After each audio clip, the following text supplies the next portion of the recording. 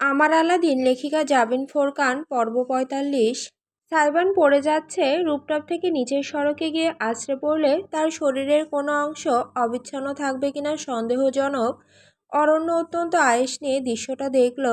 মাত্র কয়েক ন্যানো সেকেন্ডের ঘটনাটা তার চোখে ভাসল বুঝি কয়েক ঘন্টা হয়ে।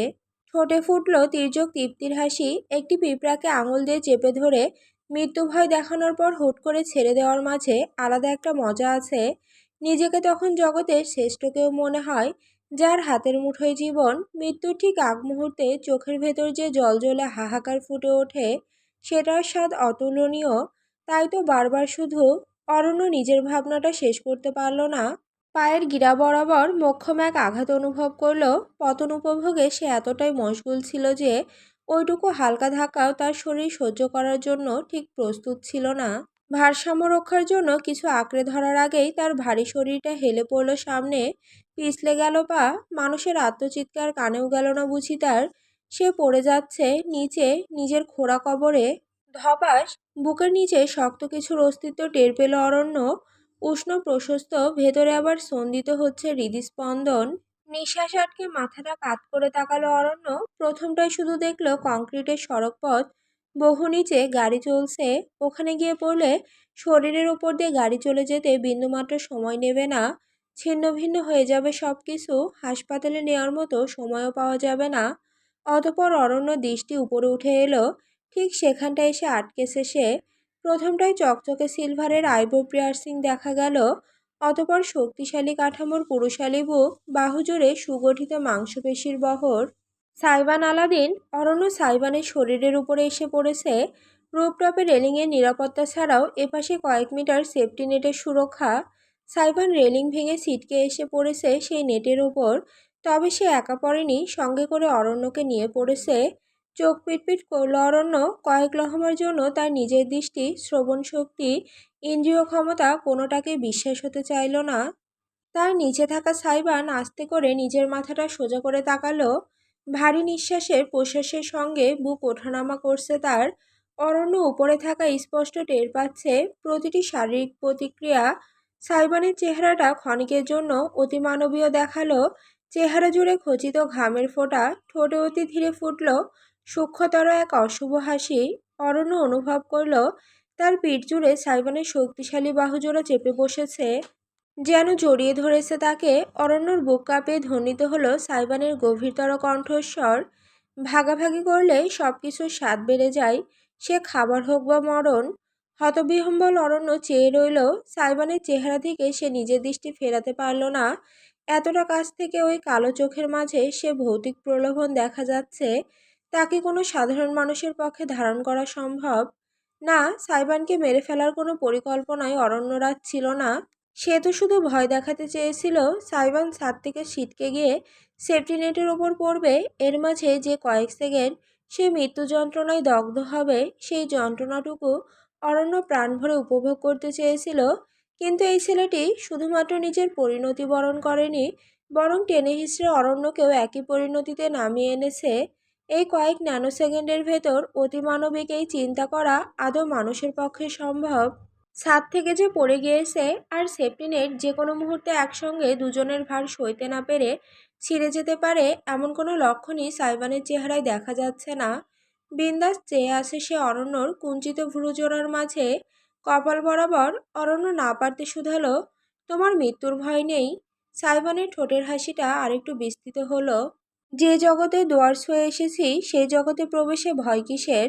আমার সাথে চলুন না হয় আপনাকে ওপার থেকে ঘুরিয়ে আনি। উন্মাদ, বদ্ধ উন্মাদ। সাইবাল আলাদিন নামক ছেলেটা একটা বদ্ধ উন্মাদ, যার অতি সত্বর মানসিক চিকিৎসা দরকার। এছাড়া অরণ্যর মাথায় আর কোনো যুক্তি এলো না। বস, বস। অবশেষে ডাকটা কানে গেল অরণ্যর। মাথা ঘুরিয়ে তাকালো সে। রুপটপ থেকে হাত বাড়িয়ে আছে তার লোকেরা। সবার চেহারায় ভয়ানক আতঙ্ক। শেষ একবার মুখ ঘুরিয়ে তার নিচে আয়েশ করে শুয়ে থাকা সাইবানকে দেখল অরণ্য। কোনো শব্দ বাদ সাজাতে পারল না, তাই উঠে গিয়ে লোকগুলোর সাহায্যে পুনরায় রুপটপে উঠে গেল। কিছুক্ষণ বাদেই সাইবানও সেফটি নেট থেকে উঠে এলো। এই পাশের রেলিংটা ভেঙে গিয়েছে। মিস্টার চৌধুরী অরণ্যকে ধরলেন। একজন ছুটে পানির বোতল নিয়ে এসেছে। বস, আপনি ঠিক আছেন? ও গড, আমার হাত পা ঠান্ডা হয়ে গিয়েছে। এটা কেমন ধরনের হোটেল যে লোহার রেলিং পর্যন্ত ভেঙে যায়? সিকিউরিটি ম্যানেজার কোথায়? এক্ষুনি ডাকো তাকে। এই ঘটনার সুরাহা না করে তো আমরা ছাড়বো না। চারপাশে হম্বিতম্বি শুরু হয়ে গেল। অরণ্য ঠান্ডা পানির বোতলে চুমুক দিয়ে সমস্তটা শেষ করে একদিকে ছুঁড়ে ফেললো। সোফায় ধপাস করে বসেছে সে, এখনো হাঁপাচ্ছে খানিক, ঘেমে নেয়ে একাকার, তাই কোট খুলে ছুঁড়ে ফেললো দূরে। কর্মচারীদের কেউ কেউ তাকে বাতাস করছে, অন্যরা ডাক্তার ডাকবে কিনা সেই নিয়ে বকবক করছে। অথচ কোনো কিছুই মাথায় ঢুকলো না অরণ্যর। ভ্রু কুঁচকে তীব্র দৃষ্টিতে সে তাকালো সামনের দিকে। তার নিজের এমন নাজেহাল অবস্থা, অথচ ওই ছেলেটাকে দিব্যি সুস্থ দেখাচ্ছে। অদূরে চেয়ারে বসে মাথায় ঠান্ডা পানি ঢেলে দিল সাইবান। তার পরনে টি শার্ট ভিজে উঠল, সাদা ওড়নাটা লেপ্টে গেল ত্বকের সঙ্গে। পানির স্রোতের মাঝে তার কালো চোখ জোড়ায় অশুভ এক ঝিলিক খেলে গেল, আর ভেজা ঠোঁট জুড়ে পাশবিক এক হাসি। বরাবর অরণ্যর দিকে চেয়ে আছে সে, রূপকথার গল্পে বিবরণ দেয়া পৈশাসিক দানবগুলোর মতন। ভ্যান গাড়ি ছুটছে দ্রুত গতিতে, শীতল বাতাসের ঝাপটায় চুল উঠছে শারিকার। লাগেজটা ভ্যানের একপাশে রাখা, পিচ ঢালা পাকা সড়ক হলেও উচ্চগতির কারণে থেকে থেকে কেঁপে উঠছে ভ্যান। তাতে বিশেষ খেদ নেই শারিকার মনে। চুপটি করে অপেক্ষায় আছে সে, তার ফোনে কল আসতে একের পর এক। কখনো ইরাম, কখনো বা অনুরাগ। বাড়ি থেকে বেরোনো মাত্র একটা ভ্যান গাড়ি পেয়ে সেটাতেই চড়ে বসেছে সে। যখন অনেকটা দূর চলে এসেছে, তখন পেছনে অনুরাগ আর ইরামকে ছুটে আসতে দেখেছে। কিন্তু থামেনি সে, থামার কোনো ইচ্ছা আজ নেই তার। হয়তো ইরাম আর অনুরাগ দুজন বাস স্টপ পর্যন্ত আসবে ভিন্ন গাড়িতে। সে আসুক, তারা যেভাবে ইচ্ছা, সারিকার কিছু যায় আসে না। রাত হয়, গাড়ির সংখ্যাটাও কম, মানুষজনের উপস্থিতিও আশেপাশে হাতে গোনা। দোকানপাটগুলো ইতিমধ্যে বন্ধ, দুই একটি বাদে। চোখ বুজে ফেলল সারিকা, শীতলতার প্রবাহ তাকে নিয়ে চলল বিয়ের আগের অতীতে। রমনা পার্ক, বিকেলবেলায় ভিড় একটু বেশি বেড়ে যায় এখানে। ইতিউতি দম্পতিদের দেখা যাচ্ছে, মেয়েগুলোর হাতে ফুল, চুলে গাজরা, ছেলেগুলোর ঠোঁটে চওড়া হাসি। কেউ কেউ চুপটি করে প্রেয়সীর বকবক শুনে যাচ্ছে। বাচ্চা সমেত কিছু পরিবারও দেখা যাচ্ছে। একটা মেয়েবাবু বেলুন নিয়ে দৌড়াচ্ছে, পেছনে পেছনে তার বাবা ছুটছে। দৃশ্যগুলো সুন্দর, অথচ সারিকার মনে আজ শুধুই বিষাদ। চোখ ঘুরিয়ে এসে নিজের হাতে ধরে রাখা বাদাম ভর্তি ঠোঙার দিকে তাকালো। সবগুলোই রয়ে গিয়েছে, একটাও খায়নি সে। তার পাশে বসা পুরুষটি কিছু বলছে না, যেন সময় দিচ্ছে, অপেক্ষায় আছে। সারিকার মনে হলো এই পুরুষটা এতটাই অমায়িক যে তার পাশে চুপ করে ঘন্টার পর ঘন্টা বসে থাকলেও সে কিছুই মনে করবে না। কাগজের ঠোঙার উপর আঙুল চেপে বসলো সারিকার, তারপর দীর্ঘ প্রশ্বাস টেনে সে বলে বসলো, আমি অন্য একজনকে ভালোবাসি। তার পাশে বসা মানুষটি মিসির ইকবাল, হবু স্বামী।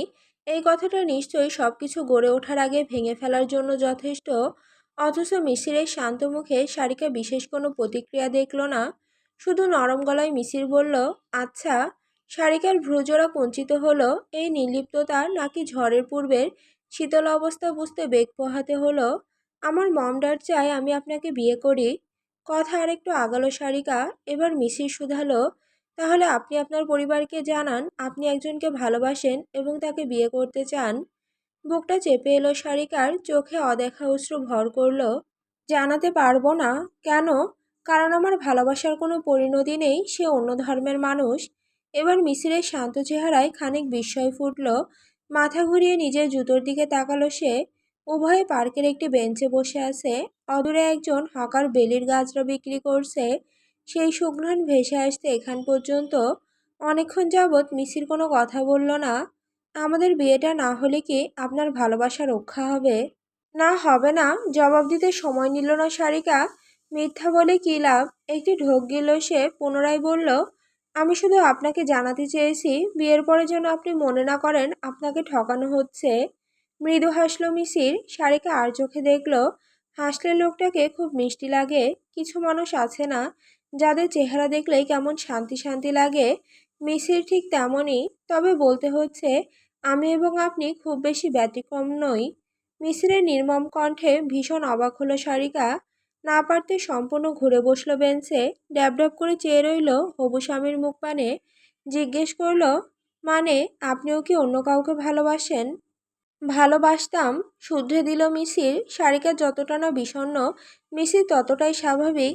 ঘা শুকিয়ে গেলে যেমন আর গায়ে লাগে না, মিসিরের ক্ষেত্রেও বোধ হয় তেমন কিছুই হয়েছে।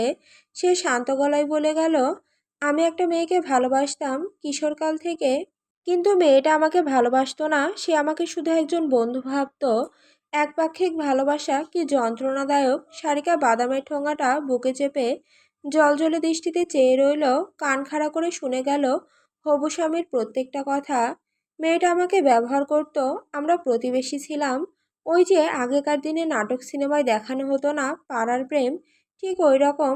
আমাদের মধ্যে অবশ্য কোনোদিন প্রেম বলে কিছু ছিল না, কারণ প্রেম তাকেই বলে যাতে বিনিময় পাওয়া যায়।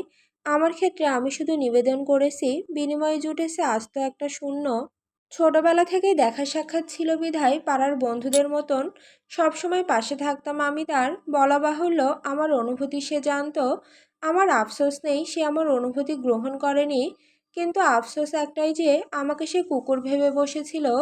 কুকুর যেমন মালিকের পিছনে ঘুরঘুর করে, তেমন করে আমিও তার পেছনে ঘুরঘুর করতাম।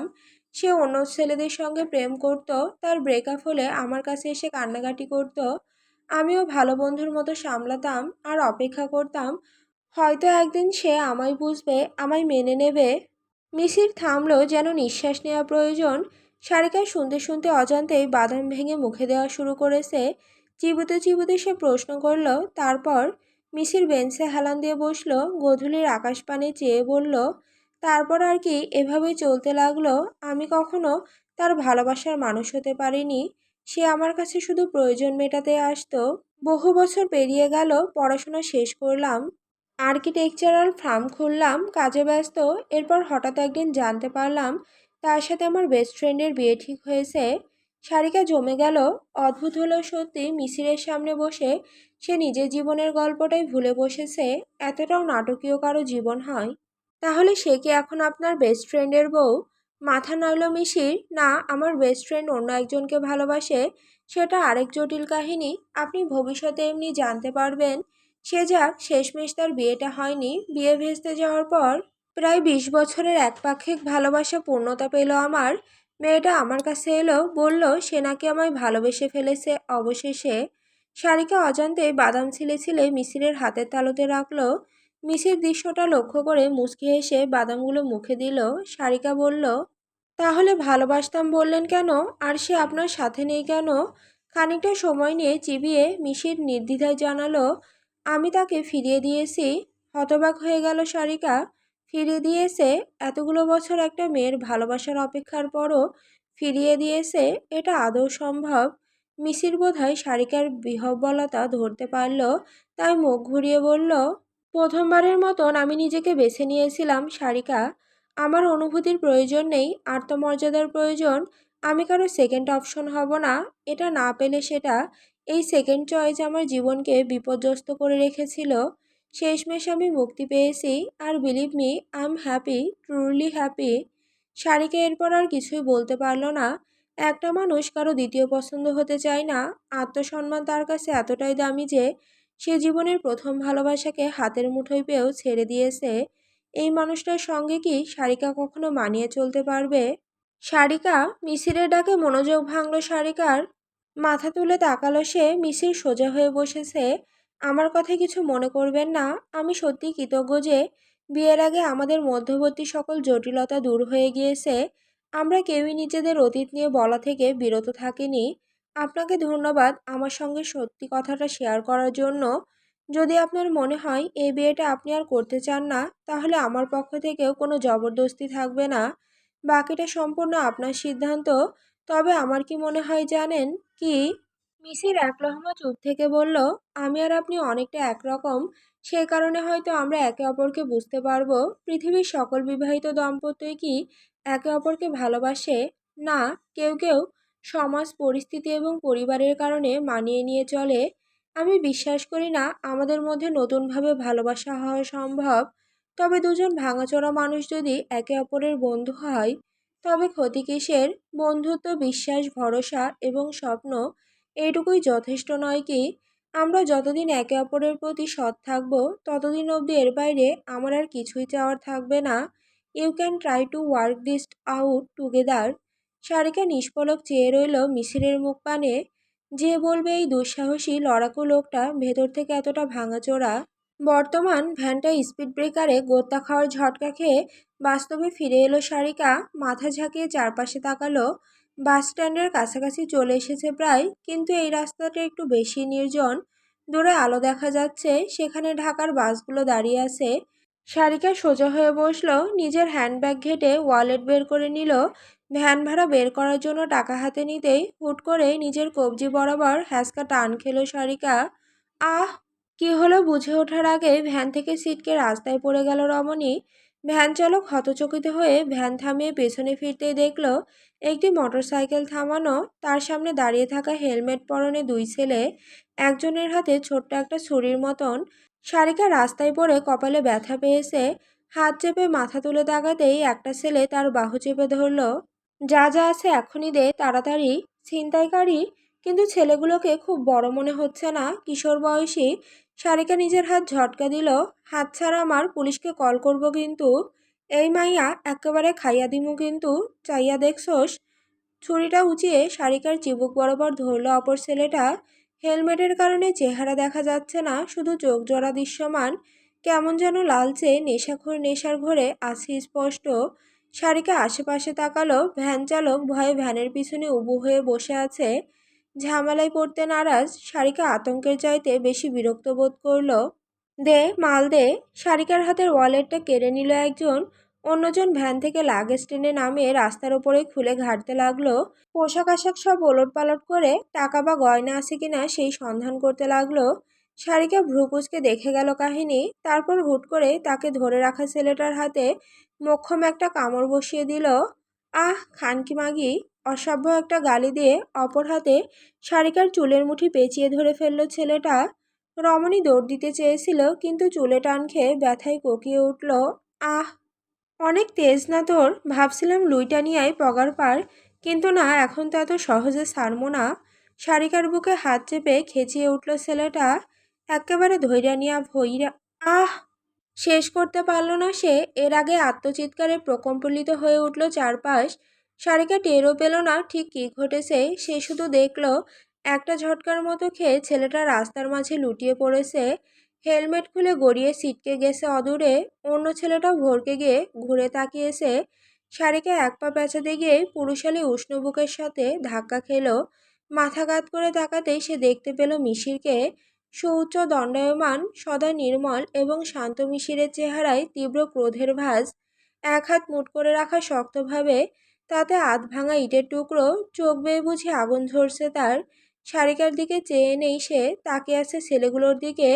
You dare to touch my wife! অরণ্যর গাড়িটা রাতের আধার কেটে বাড়ির সামনে এসে থামলো। ড্রাইভারের পিছনে ব্যাক সিটে বসা অরণ্য। সে একা নয়, তার অন্য পাশে সাইবান। পার্টি শেষ হওয়ার পর এমন একটি দুর্ঘটনা ঘটে গিয়েছে, এটা কি চারটেখানি কথা? হম্বিতম্বি কম হয়নি। হোটেল কর্তৃপক্ষ অনেক ক্ষমা চেয়ে বিষয়টা ধামাচাপা দেওয়ার চেষ্টা করেছে। সেটা আদতেই ধামাচাপা থাকবে কিনা সেটা অবশ্য পুরোপুরি অরণ্যর ওপর নির্ভর করছে। সাইবান টিমের ছেলেদের সাথে চলে আসছিল, কিন্তু তার পার্টিতে এত বড় ঘটনা ঘটেছে এই বাহানায় অরণ্য নিজে এসেছে সাইবানকে বাড়িতে নামিয়ে দিতে। ড্রাইভারের পাশে অরণ্যর কর্মচারী মিস্টার চৌধুরীও আছেন, তাই সাইবান মানা করেনি। পুরোটা রাস্তা নিঃশব্দে কেটেছে, শুধুমাত্র মিস্টার চৌধুরীর বকবক বাদে। লোকটা থেকে থেকে শুধু নিজের বস আর সাইবারের কাছে ক্ষমা চেয়েছে, কারণ পার্টি আয়োজনের মূল দায়িত্বটা তারই ছিল। নিরাপত্তার ব্যাপারটা তার ব্যর্থতা। অরণ্য শুধু কপাল ঘষতে ঘষতে শুনে গিয়েছে। সাইবান মনে মনে ভেবেছে, লোকটা যদি জানতো এই সব কিছু তার বসেরই কুকীর্তি, তবে কেমন অনুভব করত। নাকি মিস্টার চৌধুরী আসলে সব কিছু জানে, শুধু সাইবানের সামনে অভিনয় করছে। অনেক কিছুই হতে পারে। গাড়ি থামতেই মিস্টার চৌধুরী আরেক দফায় বললেন, আমাদের ক্ষমা করবেন মিস্টার আলাদিন, এমন একটা ঘটনা ঘটতে পারে আমরা কেউই কল্পনা করিনি। Please, I hope you understand. যা ঘটেনি তা নিয়ে ক্ষমা চাওয়ার কিছু নেই। আশেপাশে চেয়ে দেখুন কত লোক অসন্তুষ্ট বসে। কথাটা বলেই নিজের পাশের গাড়ির দরজাটা খুলে ফেলল সাইবান।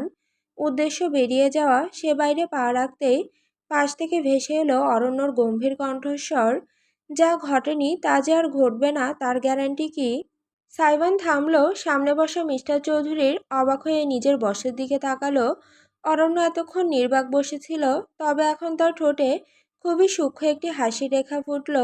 মাথা কাত করে সরাসরি সাইবানের দিকে তাকিয়ে সে বলল, আজকাল নিজের বাড়িতেও মানুষজন নিরাপদ নয়, সেখানে বাচ্চাকে একা ফেলে যাওয়াটা নির্বুদ্ধিতার পরিচয়। জমে গেল সাইবান, হাতের আঙুল সামান্য কাঁপল তার। অজান্তেই মাথা তুলে অদূরে বাড়ির দিকে তাকালো।